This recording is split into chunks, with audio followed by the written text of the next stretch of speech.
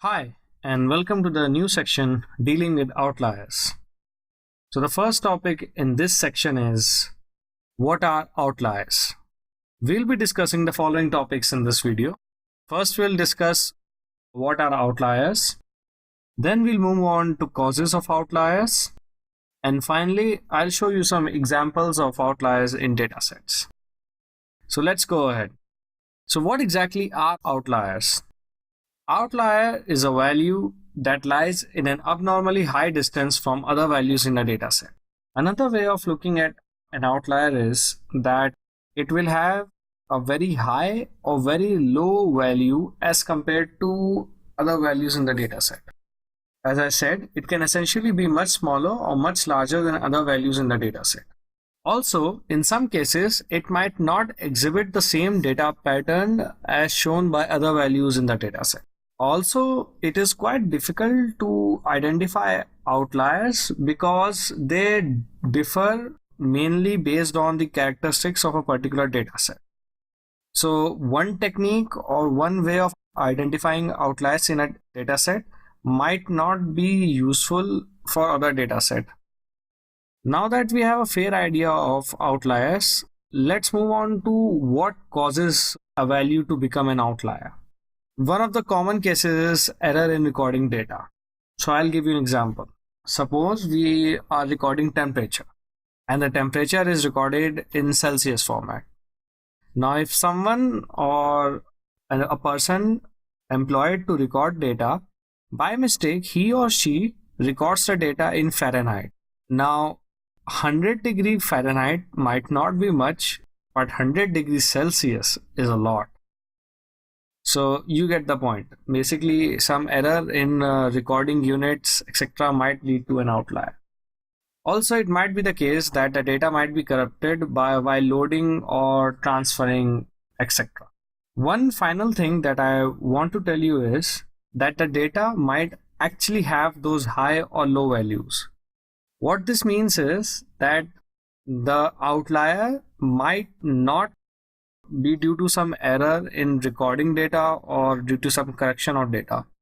That outlier might be a true value, which I'll show you an example. Now here I have three columns: gender, age, and height. So you have gender, male, female, etc. and age 20, 21, 24, 28, whatever. So this is just dummy data. Next up, I have height in centimeter. So 150, 151, 153, etc. As you can see, the height is in centimeter. Now, one outlier that you can easily recognize is here. So male 28 and 280. Now, why this is an outlier is because 280 centimeter is over 9 feet. It is not possible for any human to have a height over 9 feet. I mean, there are some cases in history of having extraordinary height, but usually that's not the case that you see in your day-to-day life. So this is definitely an outlier. This value is abnormally high as compared to other values in the dataset. Next up, we have the count of Olympic medals by players. These are actual values taken from the Wikipedia. So this is the URL. So list of multiple Olympic medalists. Now as you can see here, most of the medals are in the range, in this table are like 12, 13, 15. This value is abnormally high. Like Michael Phelps, 28 Olympic gold medals. This is just awesome. But this is our case, this is quite high. However, even though this is an outlier, this is accurate data. So this is a case which I was trying to tell you earlier on, that in some cases that the value might be abnormally high, but still it might be real data. So this is an example of that case. You can say that this is a true outlier. This is not due to any error in recording, etc. Michael Phelps actually has 28 Olympic medals to his name. So that's it for this lecture. Quick recap of what we have done. An outlier is a value which is abnormally high or low as compared to other values in the dataset. Sometimes outliers are true values reflecting abnormal patterns in the data.